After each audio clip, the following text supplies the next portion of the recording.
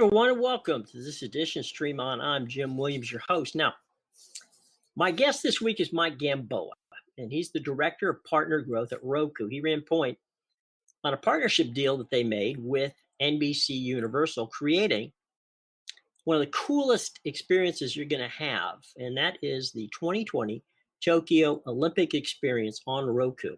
And I got to say, I tried it out this morning, watched the opening ceremonies. Works like a charm. Now, Roku users, and we know that we're obviously big fans, got a lot of people out there who are Roku users. When you get to the screen, when you launch the device and get to the screen, you're going to see on the left-hand side of the menu an area dedicated to the 2020 Tokyo Olympics. Roku users will be able to access in-depth coverage of pretty much everything going on in Tokyo. Now, you're going to be able to watch it on NBC Sports or Peacock channels on your Roku devices. It began on the 20th, and it runs all the way through August 8th, which, of course, is the end of the games. Now, rather than me drone on and try to explain what's going on here, let's speak to the aforementioned Mike Gamboa. Now, Mike, as I said earlier, it is a wonderful interface. It works outstandingly. And as I said, I watched the opening ceremonies. Today, let's talk about, though, how you got the partnership done, and then you can give us a real good in-depth look at the 2020 Olympic experience right there on Roku. Yeah, sure. No, we're really excited about the partnership with NBC, to showcase the Olympics on the Roku home screen. We can talk about how it started, but I really do want to talk a little bit about the industry and kind of the trends we're seeing and what drove us to this point. So, if I could take a step back, if you look at 2020 really kicked off the streaming decade, and that's really where we reached a tipping point with users shifting away from traditional pay TV and moving to streaming. Mm-hmm. I think, as you know, what no one really anticipated was COVID-19, which really further accelerated the shift to streaming, reshaped consumer habits, and forced multi-billion-dollar entertainment companies like NBC to rethink how they distribute content. Roku, we believe the future of content will be streamed, and companies like NBC are embracing streaming and giving users more choice, the flexibility to watch what they want, when they want, and how they want to access it. And so we struck the partnership with NBC as we recognized there was a unique opportunity to leverage Roku's massive audience, our ability to reach 54 million active households, and really pair this with their coverage of the Olympic Games.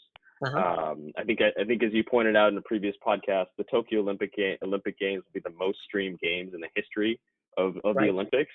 And what we really wanted to do was create a unique section, a dedicated hub of Roku's home screen to surface this content and really to just help our users find the content that they're looking for.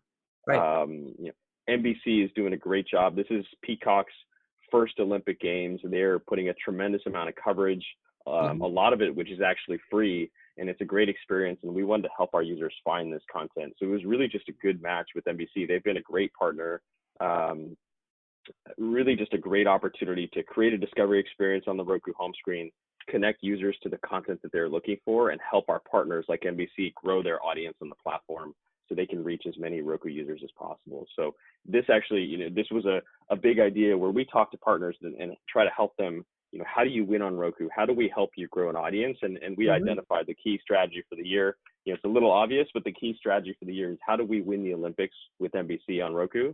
And this is kind of what we came up with, which is creating a unique experience directly on the home screen that is really unmissable for our 54 million active households. So great opportunity to pair amazing content, the broad coverage that Olympics that NBC is doing with both NBC Sports and Peacock with our large audience, and really help our users find the stuff that we know that they're going to look for. So it's been a great opportunity. Well, it was a win-win. So, but and I agree that this is kind of streaming got kicked off here it got kicked off in 2020. We're beginning the process in 2021. I've been in this business now for 46 years, and worked actually the first Olympic Games I did the last Olympic Games with ABC in 84, 88, the first Olympic Games, which was with NBC.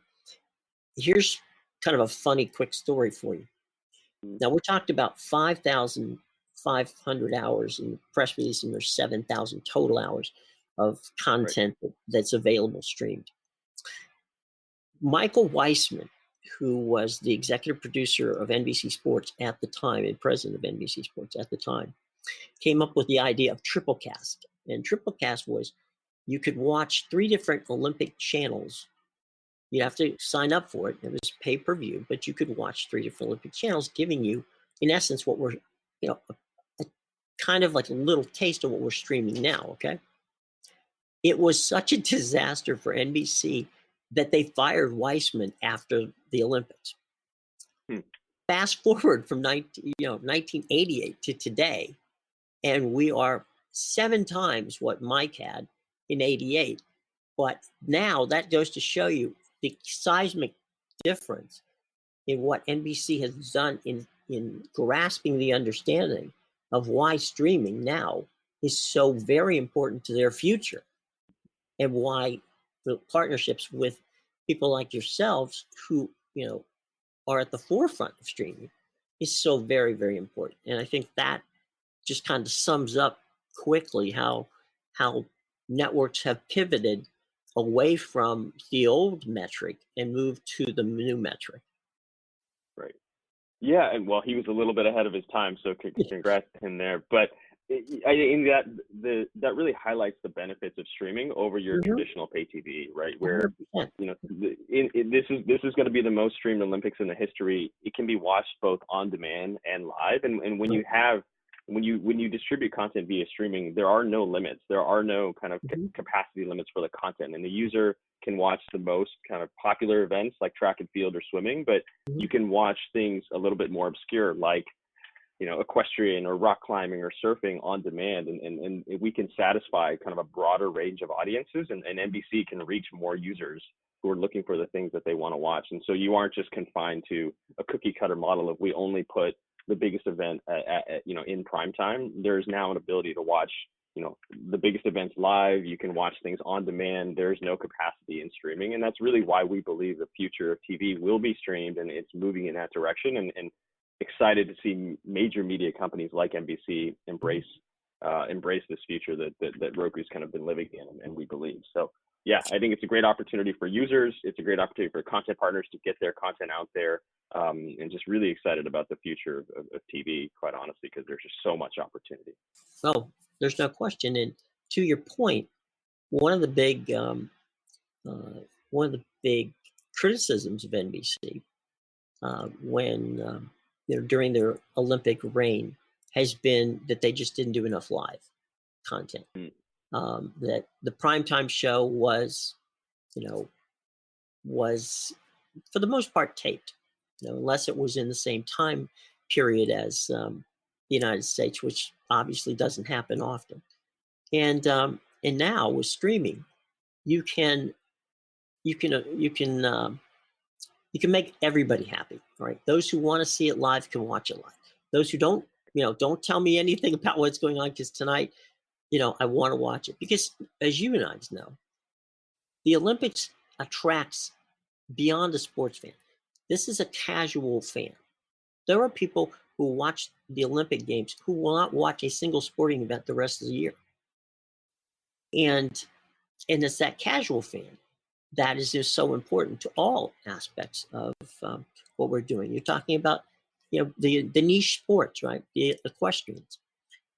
There's 4 or 5, people that I know that are involved in the equestrian events. They can't wait to be able to actually watch it, which they could, in the old days, forget it. You might get, 15, 20 minutes, of the equestrians in the Olympic television coverage, if you got anything.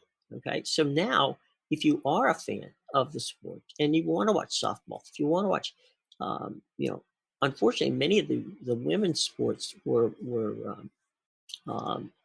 affected by that. But now you can watch all the sports that's going on when you want. And if you have the opportunity to watch it live, you can watch it. But with Roku, you have the ability to watch it pretty much anytime. And you guys have done a wonderful job about categorizing things and putting the things in such a nice little package that it's very simple for me, the viewer, on my Roku device, in my case, my Roku TV, to watch it without having to go sorting around to figure out where it is. Exactly. And that's kind of as part of this partnership, we're actually cataloging every live event and making it available both live and on demand after the event. And so literally every sport a user can watch, and we try to work with NBC to find a unique way to catalog that and make it easily accessible and discoverable. So if you're looking for equestrian or you're looking for archery, you can find it, and we're trying to help a user find that content. So it's been a great partnership with NBC, and really excited about the opportunity to again bring to users the content that they're looking for, where you may not have been able to find this even 4 years ago or 5 years ago now in the Rio Olympics. The industry has just moved so much in this direction, and it's only good for consumers. Well, in the old days, being 4 years ago in Rio, right? Yeah. 5 years ago, I guess I should say, in Rio, most of what you have to do is you'd have to go to the computer. Okay. Right. You might be able to stream some of it on your phone. You might be able to stream up some of it on a tablet. But for the most part, if you wanted to watch something stream wise, you would have to go to the computer to watch it. And in just 5 years, we've fast forwarded to a point where I can watch it if I want to on my Roku TV, and I don't, as you said, it's appointment TV if you want to watch it live, but it's on demand, which allows me to watch it whenever it's convenient for me to watch it. And that's, again, a luxury that even just 5 years ago we didn't have. Right. Agreed. And it's really just a testament to how far the industry has moved and kind of the massive shift that you're seeing. And the TV is really where Roku's focus is, and we want to power and make every TV connected and going forward. And the TV it's the largest screen in the home. It's still where the vast portion of media is consumed in the home. Right. It's extremely valuable real estate. And you're right. Some of the most valuable content was kind of previously kind of relegated to just viewing on the web, which is challenging. And really, like, the Olympics is a shared experience. It's viewed by millions of people, and it's something that should be displayed on the TV. And so, again, the industry has really just adopted this and moving towards that, that dynamic where, streaming is becoming mainstream, and streaming is coming directly to the TV. You look at someone like Netflix; the vast portion of their consumption happens on connected TV. Sure. You can access Netflix on your phone, on the web, but really the TV is where people are engaging with streaming content. And these media companies like Disney and NBC are starting to catch up and really embracing streaming, and they are putting their biggest and best content available via the connected TV, via streaming, and like I said, it's super exciting for consumers because they aren't just watching on a 15-inch web monitor or computer monitor. You can now watch it on your 55, 65-inch TV screen. So. Right, and do it in pristine quality as opposed to having to watch it on your cell phone and try to quite make out what it is you're actually watching. Exactly. Or have someone phone you in the middle of the of what you're watching and take it away. So yeah, there's no question about that. And to your point, we've seen, CBS start with CBS All Access that morphed into Paramount Plus. Then Peacock got launched. You had Disney Plus launch. You now have ESPN Plus. Soon you'll have CNN Plus. A lot of pluses coming. But networks realize that the future, and somebody who really doesn't get a lot of credit for this, and really should, is PBS Passport. Passport was really one of the early ones to the game, and they recognized it, and they did a very good job. So you've got the networks that we're all used to out there now, and they've embraced it, and they now, as you can see, they're shifting. If you look at all the contracts, right, the most recent sports contracts, most recent major contracts, they're going out. You've got the opportunity, to see first-run movies either on, access to it either at the theaters now, or you can still now, for the first time, be at home and access the first run films. So it's, the movement has begun, and it's a shift. It'll take time, but it's a shift that is definitely moving in Roku's direction in that regard. Yeah, if we want to talk about sports, live sports and news are typically seen as the last things holding the traditional pay TV bundle together. Right. But we're seeing a clear shift towards streaming during major sporting moments like the Super Bowl, which is a great example. So the most recent Super Bowl had the lowest ratings since 2007, but was actually the most streamed football game ever. And each year, the Super Bowl is breaking the previous record for streaming viewership, and it's really fundamentally changing how we watch entertainment, news, sports. You hit on it, right? If you look at the NFL agreement that they just signed, it was a 10-year pact with all of their major distributors. Every distributor got both linear and digital rights to put it in their respective services. So you're going to start to see NFL content in Peacock and in Paramount Plus, ESPN Plus. And so there is definitely kind of that shift, and these guys are embracing and understanding that people are watching, are streaming live events, and sports are no longer relegated to just the pay TV bundle. So I completely agree with that. And I think, we talk about, if you want to talk about entertainment as well, and you're seeing kind of new release movies and titles like Black Widow coming directly to home and having a day and date release in theaters and in streaming. The reality is consumers love new release movies, and they've been demanding the flexibility to watch kind of whether in theaters or at home. And the success of some of these big releases like Wonder Woman and Black Widow just kind of demonstrate, that the economics, the technical infrastructure is in place to support a streaming model. And it's just created a new distribution avenue for partners like Disney and HBO and Warner Brothers, where, theaters were closed and they had no avenue to distribute their incredible kind of tier one movies. And so why not put it in HBO Max, drive subscriber acquisition, and give consumers that ability to watch, in the home.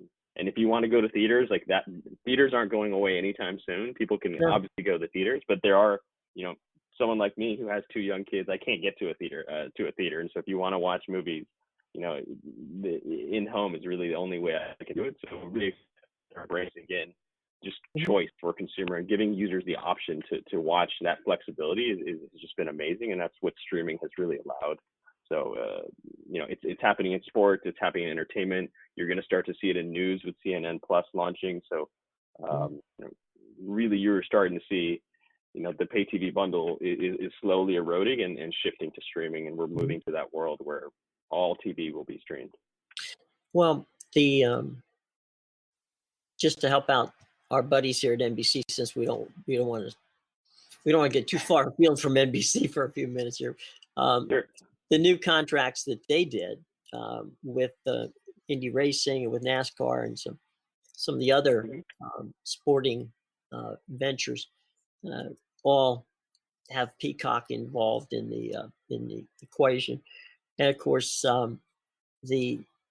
their prized possession after the Olympics, which is Sunday Night Football. Be able to see that on Peacock in the fall as well. So, and of course, as you brought up earlier, talked to Sean McManus and Jeff Cotulia around Super Bowl time, and we did a podcast on that because that was one of the first major events that Paramount Plus got, was the Super Bowl on streaming in that regard. So it was a big deal for them, and now NBC has their big deal, which is the Olympics, and you guys have got 5,500 hours, and even a very cool thing, which it's kind of interesting, but it's a lot of times people wonder about it, but it's kind of hard sometimes to keep up with it. But you came up with a very clever thing, and that is the Olympic counter, which is right there, the medal counter for the Olympics.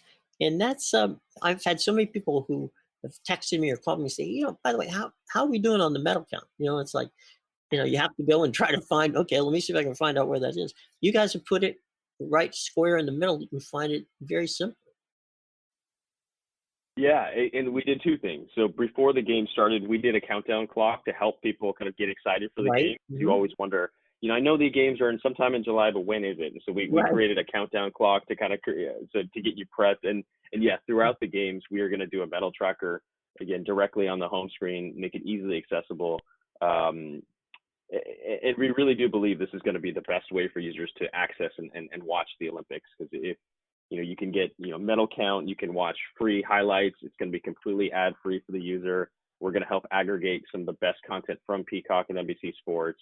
So this hub is really a unique way to help users, again, find what they're looking for, get access to that medal count in an easy way.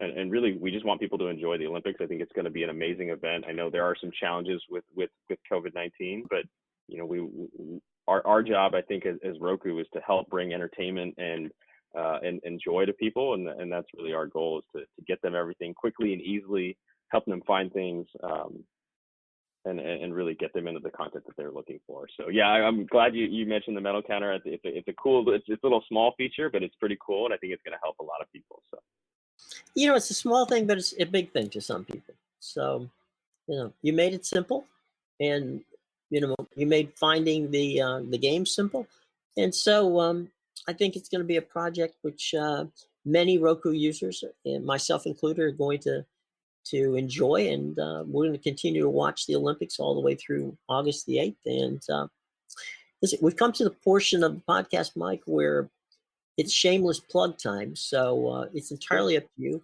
There's nothing off, whatever you have in the basket to promote, it's yours, my friend. Go for it. I think one thing I would highlight is just the launch of Roku Originals, which we launched back in May. I think it's done amazing for us. We brought amazing content. We purchased the Quibi assets and right. really rebranded them as Roku Originals. And when they launched back in May, the Roku channel saw record-breaking reach, with more unique accounts streaming the Roku channel than any 2-week period. And it just speaks to the quality of the content, and users are looking for great things to watch in an ad-supported really in a free and ad-supported way. So if you get a chance, check out the Roku channel. It's a great product, and it's something that we're really excited about. And there's a lot of great free content for users. And I think that's one thing that users we identified over the years. People are looking for more free things to watch, and that's right. how we responded, with really trying to put something out there that's high quality, but free to the end user. So. Well, it's a well-done channel, and no question about it. Go ahead. I'm sorry. Oh no, I would say check that out, and I can't miss our big partner, NBC. The Olympics is going to be a great experience, and they've done a tremendous job. There's a tremendous amount of free content that Peacock is covering. You can catch live streams, live events. They're going to do a fully hosted show, which is going to have live look-ins. So even if you don't have a pay TV subscription, which many Roku users don't have, you can still watch and get access to some live content there. So it's going to be a great experience, and we're really excited for the Olympics. Let me give a promo to my buddy Kenny Mayne, who's going to be hosting the 7:30 show on Peacock, which will be free. Oh yeah. And Kenny's going to have highlights all night long, and it's he left ESPN. He's now with Peacock, and he's a very entertaining buddy of mine, and he's a good guy. And so Kenny Mayne hosting the 7:30 show on Peacock is, I assure you, it will be worth your time. I grew up watching Kenny Mayne on SportsCenter, so I'm excited for that too. Okay. Well, I talked to him the other day, and he's very excited about being able to look at the Olympics in a way that probably, if you those of you out there who know Kenny Mayne knows that he's a smart guy, but he also has a little different way of taking you down the path on how stories are told. So watch that at Kenny Mayne, 7:30 via Roku on Peacock, and you'll have a lot of fun. So anything else left there that you'd like to talk about? No, I think, just the world is moving to streaming. It's just really exciting to see, this is something that, I joined Roku 10 years ago, and this is when people didn't even consider streaming, and it was still kind of an afterthought. And just to see every major media company making streaming a key strategic priority and the key focus is really, super exciting, and it's only good for the consumer. And that's really kind of our focus is how can we bring the most amount of content to our users, make it easy to access, easy to discover. So it's just really exciting. I think we're really at just the beginning of what we call the streaming decade. which is only going to be amazing for consumers. There's a tremendous amount of content out there, and it's only going to get better. So, if you're a Roku user, or if you're not a Roku user, grab one, use it to find and stream the best content out there, because there's some good stuff. So really excited about that. Special thanks to Mike and his team from Roku. Highly recommend the 2020 Tokyo Olympic experience using the Roku device. All the information is in the show box below. If you don't happen to have a Roku device, all the information on how to get one is also in the show box below. So, Stream On continues right after this from our friends at BMW, the ultimate driving machine. At BMW, we know leaving the road wasn't easy, but anticipating our return taught us to appreciate every drive. The exhilaration of the ultimate adventure. Moments spent with your favorite co-pilots. And the freedom to explore just because. Our time to rejoin the road is finally here. Hey, everybody, and welcome back. Now, if you're not one of the over 75,000 people who've taken the time to join us here in our little family worldwide, well, first of all, shame on you. Second of all, it's free, so it's simple, all right? Go to the Apple Podcast Store. Same thing over at Google Play. You can find us at Spreaker, Stitcher, Spotify, as well as Amazon Music. You can also find us at TuneIn, iHeartRadio, and, of course, on YouTube, just to name a few. Now, if you have an assistant device, say like Alexa or Google or Siri, all you have to do is ask them to play the latest edition of Stream On with Jim Williams, and they'll do it for you. Now, if you still can't find us, okay, do not panic. Pull out the Google machine, type in Stream On with Jim Williams, hit the favorite button or the subscribe button, and every week you're getting a brand new edition of the podcast sent directly to your phone, your tablet, or to both, okay? So please do that for us. We greatly appreciate it. Now, coming up on podcasts this month, we've got the team from Heels, Stephen Amell's new show on Stars. Many of you remember Stephen, who spent 7 years as the Green Arrow on the CW show. Great hit, and I know that his passion for wrestling is known. And so he gets to play a wrestler in Heels, and we're looking forward to talking to the gang about that.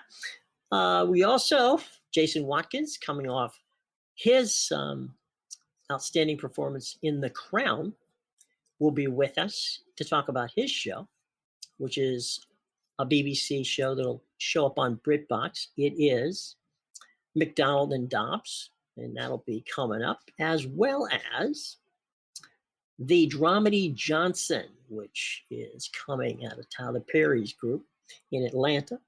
It'll be on Bounce and also on Brown Sugar. So that's some of the stuff coming up. And of course, as we get into September, there's all kinds of amazing things coming from Paramount, plus coming from Showtime, coming from all over the place. So you're going to want to stick with us. So please go out there and subscribe today. Okay? All right, cool.